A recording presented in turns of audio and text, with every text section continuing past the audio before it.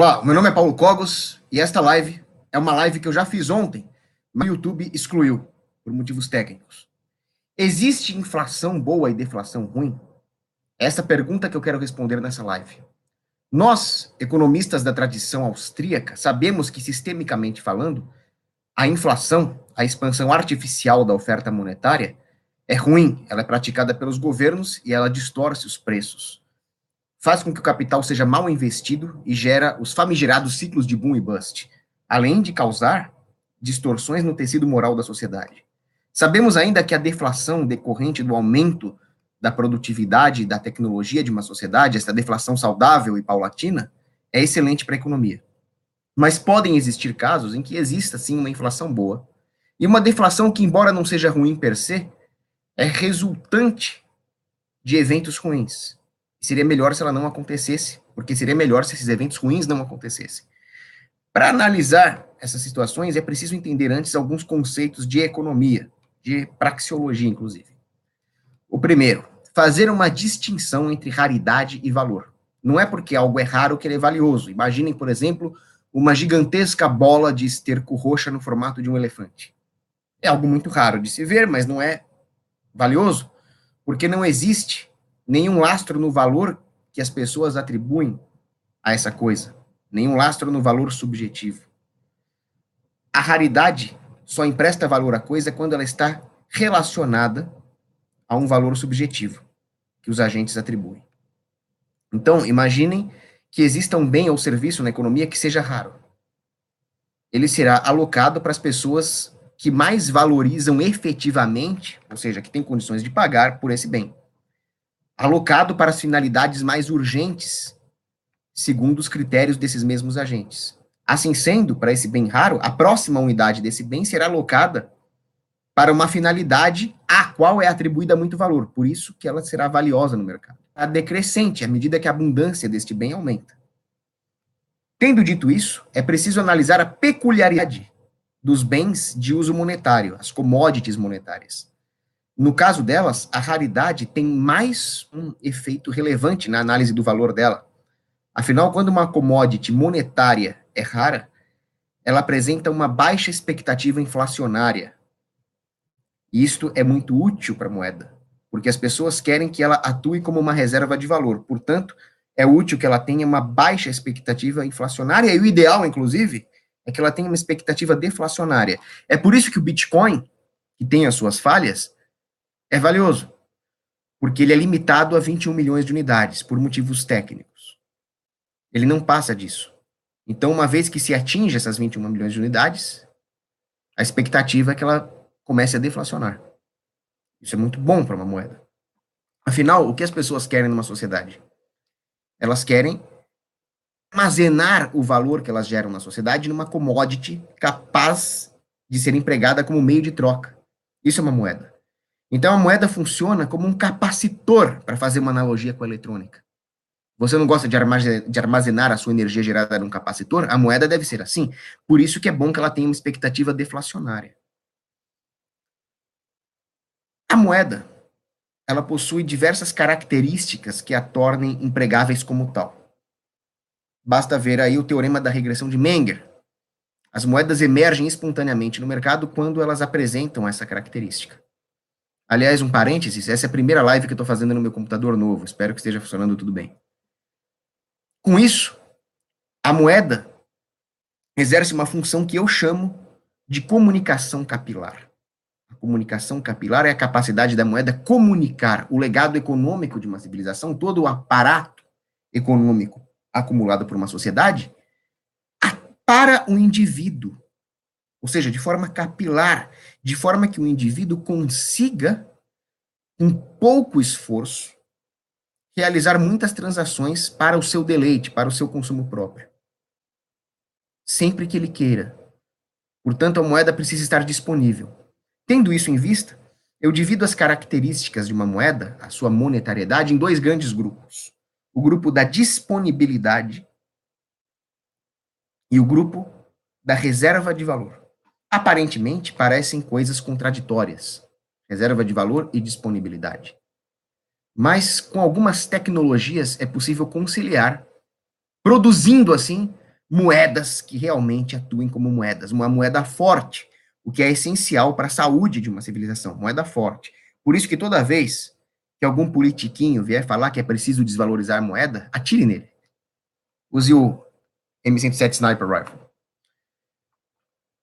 A moeda atua como uma reserva de valor da civilização. Se ela for desvalorizada, nós temos uma corrosão da reserva de valor de uma civilização e um aumento da preferência temporal, o que vai fazer com que a sociedade seja cada vez mais pobre, cada vez menos intensiva em capital. Muito bem. Quais são as tecnologias que permitem conciliar a reserva de valor de uma moeda com a sua disponibilidade na sociedade? A disponibilidade é importante porque imagine a seguinte situação.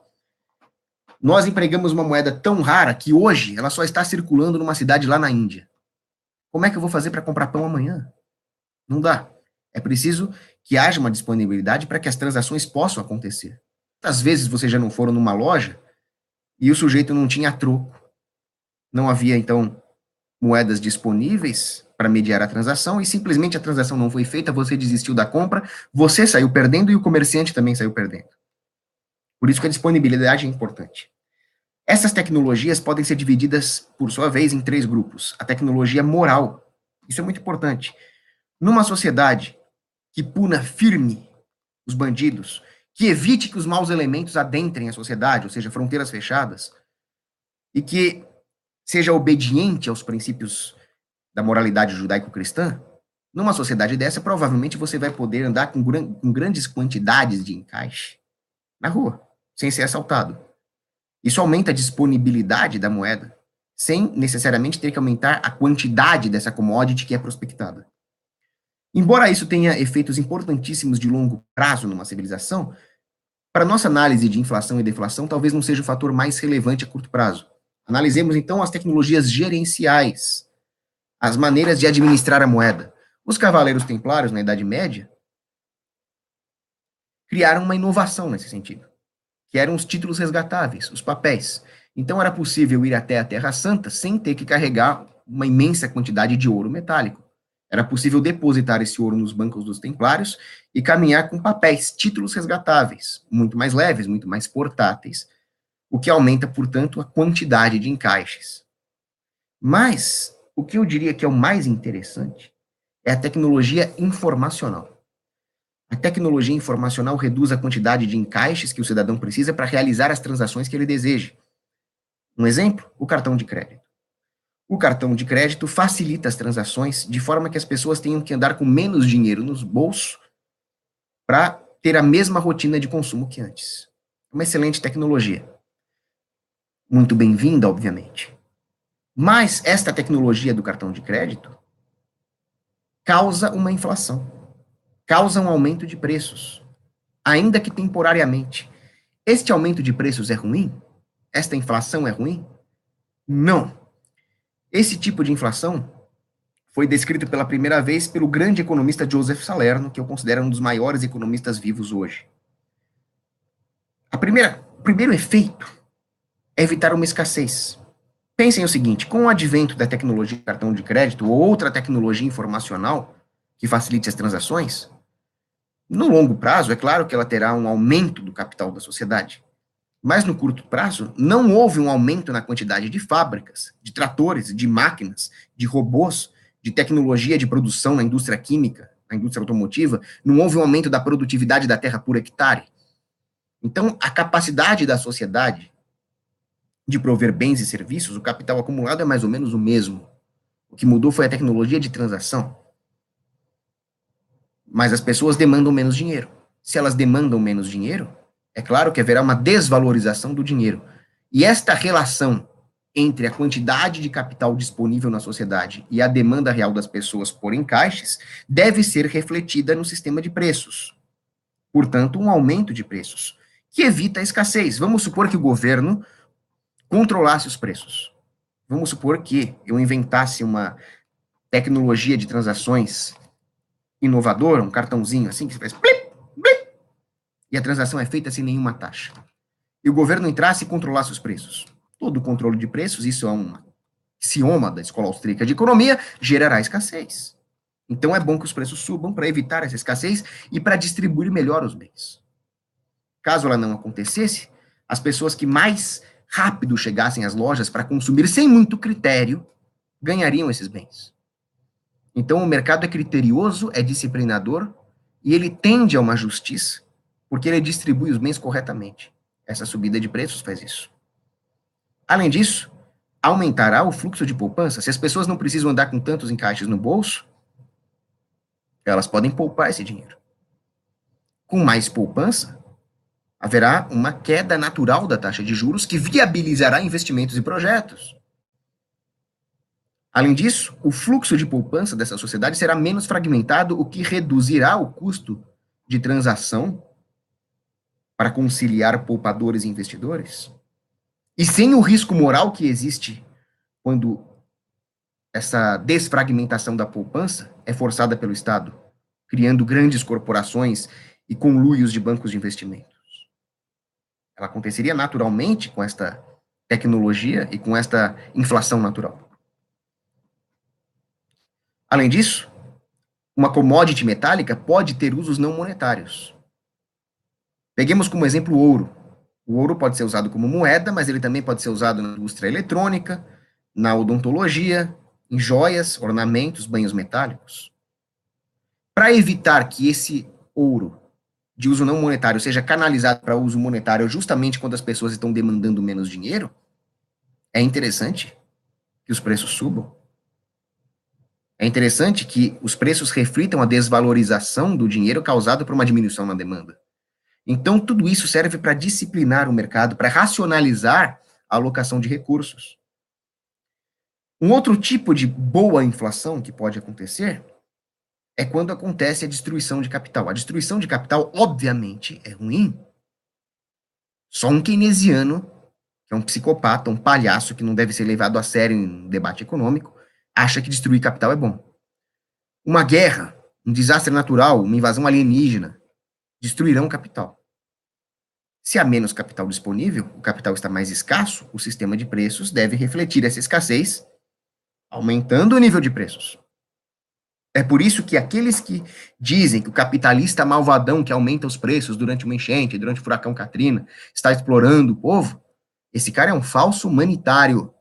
Os preços devem subir livremente, inclusive para atrair ofertantes e resolver o problema da escassez. Do contrário, só os fortes, rápidos e bem informados consumirão os poucos produtos que restam, num caso de desastre. Não haverá uma disciplina do consumo. Até a caridade, que deve ser feita, é um dever moral, ela precisa ser racional, ela precisa ser economicamente racional e avaliar a disponibilidade dos recursos com preços racionais. Então, a própria caridade depende de um sistema de preços livre de intervenções estatais. Então, aqui nós temos mais um exemplo de uma boa inflação. E aí, meditando sobre isso, eu pensei em deflações ruins. Não existe deflação ruim. O que existe é uma deflação que não deveria acontecer, que é uma resposta do mercado, uma reação do mercado, que mitiga os danos de uma intervenção governamental, mas que seria melhor se nada disso acontecesse, se o governo simplesmente não interviesse na economia.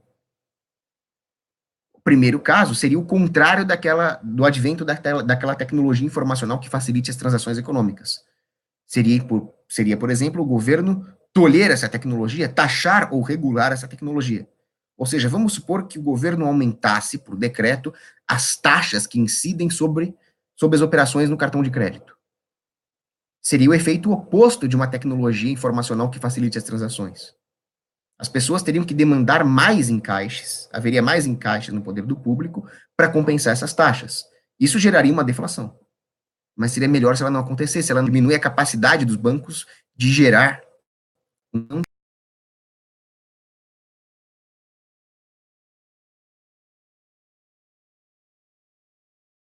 que é uma fraude, é permitido pelo governo, é uma distorção ética resultante da estatização da justiça. Eu não entendo como é que existe gente com mestrado em escola austríaca de economia que defende reserva fracionária. Realmente uma coisa difícil de entender. Mas é aquilo que São José Maria Escrivá chama de o bom contraditório. As situações onde o governo intervém na economia, ou a própria existência do governo, no final das contas, cria esse tipo de situação onde existem trade-offs, onde aquilo que deveria ser bom tem efeitos colaterais ruins e vice-versa. É o pior tipo de mal que existe, mas é um mal decorrente da intervenção do Estado. E existe um outro tipo 2 eu chamaria, desta deflação que seria melhor se não ocorresse, que é quando o governo controla os juros.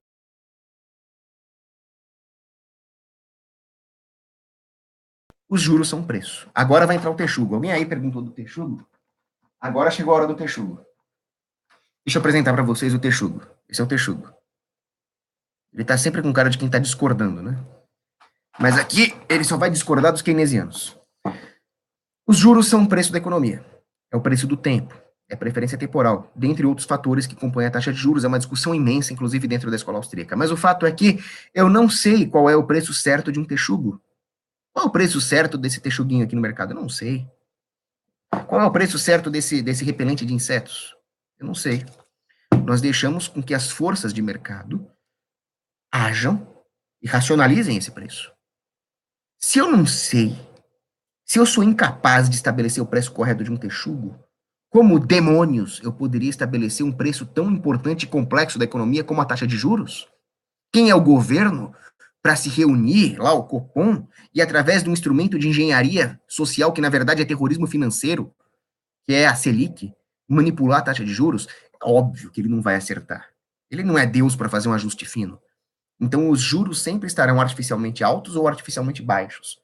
Nós, economistas da tradição austríaca, já sabemos, já estamos familiarizados com os efeitos de um juros artificialmente baixos. E geralmente os governos gostam de fazer isso. Porque os governos gostam de se financiar através da inflação, então eles baixam os juros. Há um subsídio do crédito e há os ciclos de boom e bust. Os governos gostam de fazer isso. Mas é possível que os governos estabeleçam os juros acima. Se os juros estiverem artificialmente altos, haverá uma poupança forçada. O que vai acontecer se houver uma poupança forçada? Uma deflação. Mas não é uma deflação saudável, não é uma deflação decorrente do aumento da produtividade e da tecnologia de uma sociedade. É simplesmente o empresário tentando liquidar os seus estoques, porque estoques parados, todo administrador de empresa sabe disso, é dinheiro pegando fogo. Então isso não é bom para a economia? De forma alguma. Isso é mais um resultado de uma intervenção estatal. Além disso, as pessoas vão deixar de consumir. Alguns poderiam dizer que isso é bom para a economia. Muitas vezes eu concordo que o consumo é ruim para a economia. O que é bom para a economia é a produção. Seria bom se as pessoas obtivessem os mesmos efeitos consumindo menos. Ninguém aqui é keynesiano quebrador de janelas. Ninguém aqui quer cavar buraco e depois tampar. Mas o fato é que nós precisamos consumir, inclusive como uma forma de investimento. Comecemos pela nossa própria sobrevivência. Se eu não consumir comida e água, eu morro. Piadinhas com o meu sobrepeso, a parte, é isso. Seria muito bom se eu pudesse obter os mesmos prazeres, os mesmos nutrientes, a mesma energia, consumindo menos quantidades de comida e água. Mas não é o caso. A economia consiste justamente em economizar recursos. De qualquer forma, nós temos que consumir. Esse consumo deve tender a ser o mais ordenado possível. Não virar um consumerismo que se perde, mas algo que realmente nos acrescenta para o futuro. Num livre mercado, a tendência seria justamente essa, porque haveria, então, um corolário econômico de uma antiga constatação da metafísica. O operar segue o ser. Operare sequitur esse. As pessoas, num livre mercado, colhendo livremente os frutos do seu mérito, aferindo os seus erros, tenderiam a mudar os hábitos de consumo para um consumo ordenado que lhes acrescente alguma coisa. Exemplo muito simples, elas tenderiam a consumir um bom livro e não uma novela, um Big Brother. Mas elas precisam consumir alguma coisa. Com a poupança forçada, esse tipo de consumo diminui. As pessoas tendem a voltar mais para uma subsistência do que para uma elevação. Então, esse seria um grande dano social, moral, de um controle artificial da taxa de juros para cima. Alguns poderiam argumentar, mas se o governo, ao elevar a taxa de juros para níveis artificialmente altos, força uma poupança, isso não facilitaria os investimentos porque haveria mais poupança? Não. É preciso ver quem veio primeiro, o ovo ou a galinha. Se os juros estão artificialmente altos e foi isso que causou um aumento da poupança, É isso que vai determinar se os investimentos vão ficar mais fáceis ou mais difíceis. Se os juros artificiais vieram primeiro, então os investimentos vão ficar mais difíceis. O aumento da poupança é uma resposta do mercado. Então, a ordem das coisas, a causalidade no tempo é relevante. Entenderam, senhores keynesianos, mainstream, neoclássicos e ortodoxos? Vocês jogam fora o fator tempo e ele é importantíssimo na economia. Por isso que só a praxeologia pode ser considerada relevante para uma análise econômica. A economia matemática, que quer definir, por exemplo, qual é a quantidade ótima de moeda numa economia, não presta. Isso é charlatanismo do seu professorzinho mainstream da sua faculdade. É muito importante que nós tenhamos isso em mente. Outra coisa interessante, esse é um apêndice que eu quero fazer no meu vídeo, é a respeito de como o livre mercado é divino.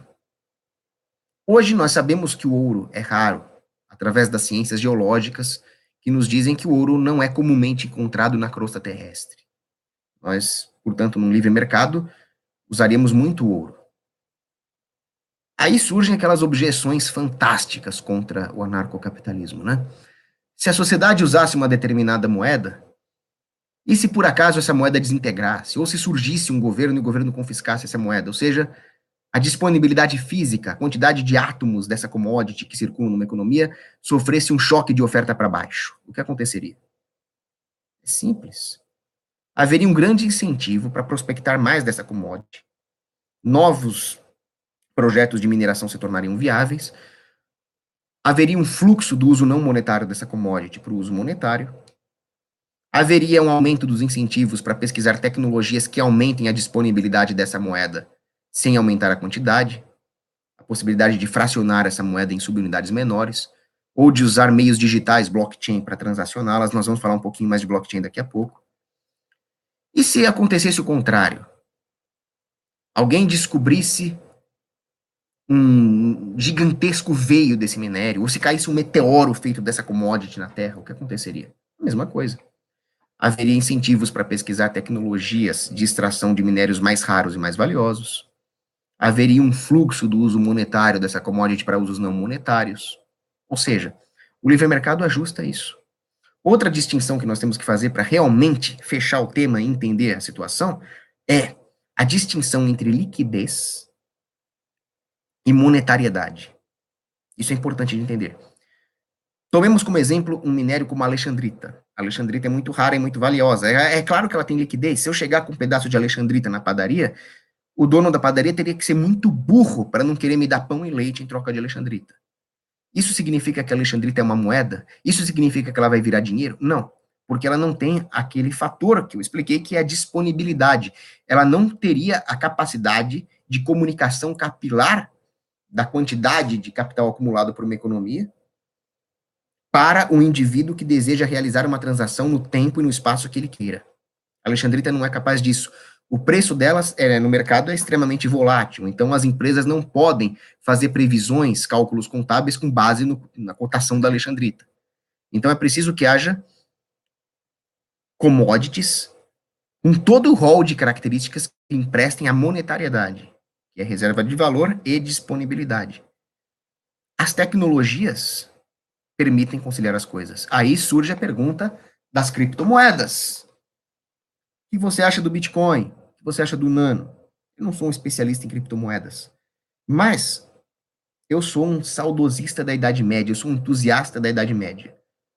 É fácil imaginar que se eu aprecio tanto a arquitetura gótica, o canto gregoriano, as cruzadas, as canções de amor e canções de amigo, é claro que eu também vou ser um gold bug no campo econômico. Eu tenho essa idiosincrasia do ouro.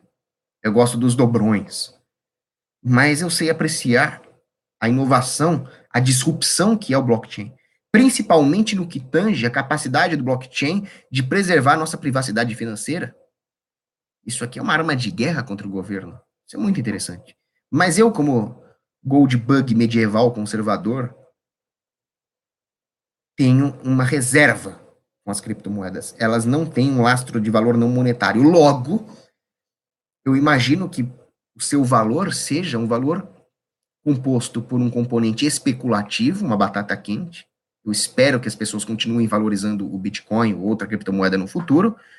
E ele tem um valor artificial, útil, mas artificial, decorrente do fato de que o governo, hoje, é capaz de confiscar as nossas commodities metálicas, de taxar o nosso dinheiro, de impor o curso forçado de uma moeda fiduciária falsificada emitida pelo Banco Central. Então, diante de tantas ameaças e incertezas de regime,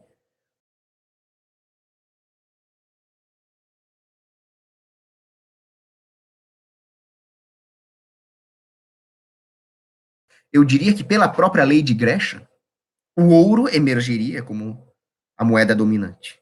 As commodities metálicas, que são a moeda por excelência. O ouro tem os seus problemas também. Ele pode ser roubado, é difícil transacioná-lo fisicamente. Então, eu diria que haveria uma combinação do ouro com essas tecnologias de criptomoedas, de blockchain, para transacioná-los. Já existe isso. Então, você pode usar as criptomoedas e o blockchain para transacionar títulos de propriedade sobre o ouro que estará seguro, armazenado em algum lugar, uma espécie de Fort Knox do livre mercado. Essas são as considerações que eu tenho para fazer, então, sobre a inflação boa e a deflação ruim. A conclusão do vídeo é: existe sim inflação boa, e a deflação, embora ela não seja per se ruim, ela não seria desejável, já que ela é uma reação a uma intervenção do governo. No final das contas, qual é a regra da thumb rule? Se algo é uma reação espontânea do mercado, ela tende a ser boa. Se é uma intervenção do Estado, uma política pública, uma política econômica, é ruim. É muito simples. Eu não sei como alguém pode defender socialismo, keynesianismo, engenharia social. Basta estudar economia e ter um pingo de caráter que você rejeita essas doutrinas vermelhas heréticas. É isso. Um abraço.